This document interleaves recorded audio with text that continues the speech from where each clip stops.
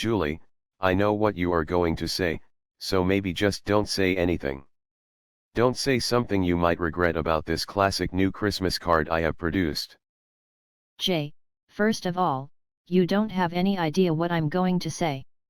But yes, this card is horrific. It is grotesque. It's an absolute abortion. I knew that would be your reaction, but you have to admit there are extenuating circumstances.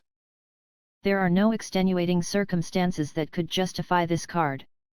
It is not appropriate for Christmas, and it is just as bad as the one you sent years ago with the birds and the bear hanging by hooks. Ha ha. The Stork Kings were hung by the chimney with bear. Ha ha. That was a great one.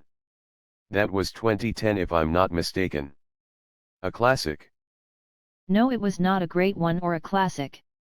It was awful and sick, and you know it. As for this one, I can't even imagine what the extenuating circumstances are. Well, in the first place, when we were on our trip to the Christmas markets, you got a Glühwein mug to bring home which had several gnomes on it.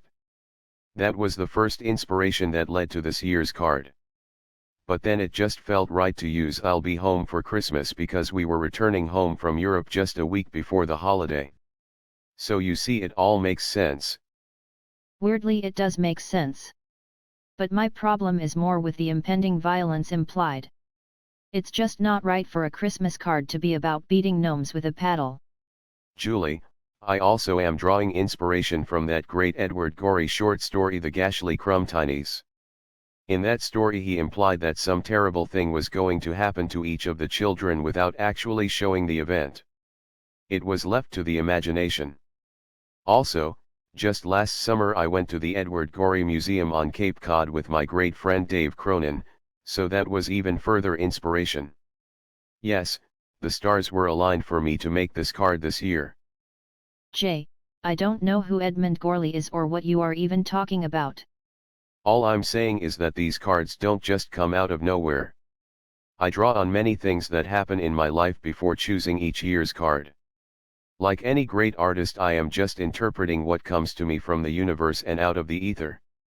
I am more like a radio receiving data than a broadcast tower, is all I'm saying. Okay, Jay. Now you are starting to get crazy. Your cards are absurd and you are not some radio getting ideas from the universe. Give me a break. Well, this year I read Big Magic by Elizabeth Gilbert, and that was the basic premise of the whole entire book. It was recommended by my sister-in-law Sue, and it had a big influence on me. So no, I don't think I'm crazy. Maybe you are crazy. Whatever. I'm just glad that you didn't have another card with those pointy tools jabbed through beds or mice. Those are called owls, Julie. You may not have liked owls stuck in their beds, but at least you were not alone with that. Andrew told me that I had lost some zip on my fastball, and even my brother Chip was surprised that I had used stuck in place of snug. That is why I felt that this year's card needed a bit of extra zip, and I think I've succeeded. My fastball is back. Well, you might be alone in that opinion, Jay. In any event, last year's card was not a total loss.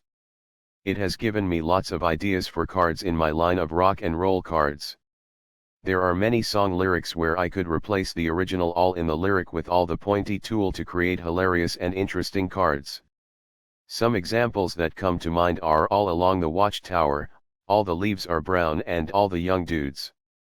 There are almost unlimited ideas there for card fodder. How about "all you need is love"? Yes. That's the spirit, Julie. Now you are thinking. We should team up with this idea. It has real promise. We could work together to come up with a fantastic and hilarious line of cards. Jay. Stop. I was just humoring you. This is just another ridiculous idea and I am done discussing it. We are late getting ready for Christmas this year, so we have lots of work to do. Yes. We need to get our gnome ready for the holidays. Get it? Gnome, not home. Say goodbye, Jay. Goodbye, Jay. And happy holidays, everyone.